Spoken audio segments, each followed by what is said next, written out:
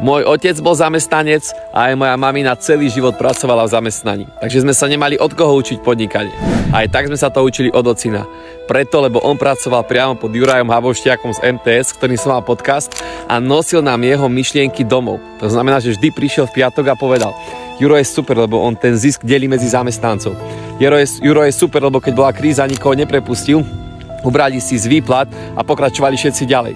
Juro je super, lebo zobral všetkých zamestnancov na výlet aj manželky a nepýtal peniaze.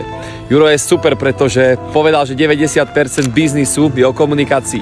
A všetky tieto veci sme počúvali doma a tak sme si uvedomili, ako má vyzerať podnikateľ, ktorého zamestnanci majú radi. A vďaka tomu, že sme to navnímavali 10 rokov, tak to bol náš učiteľ, ten Juraj, keď sme priamo s ním v kontakte neboli. A keď ocino ochorel, tak Juraj ho chodil pozerať priamo k nám domov, napriek tomu, že mal 500 zamestnancov, tak si našiel čas a prišiel do Oravskej Lesnej z Krivej a na pohreb zorganizovali autobus, ktorý Juro zaplatil a prišlo cez 60 ľudí priamo z Krivej. A tam bolo cítiť, že už to nie je iba firma, ktorá je o zisku, ale že je to spoločenstvo ľudí, s ktorými oco fungoval a malo to extrémny presah do jeho osobného života. A tak by mali vyzerať fantastické firmy a preto je Juraj pre mňa vzor a myšlienky, ktoré som vnímal od otca, mi pomohli k tomu, aby som raz chytil chuť k podnikaniu.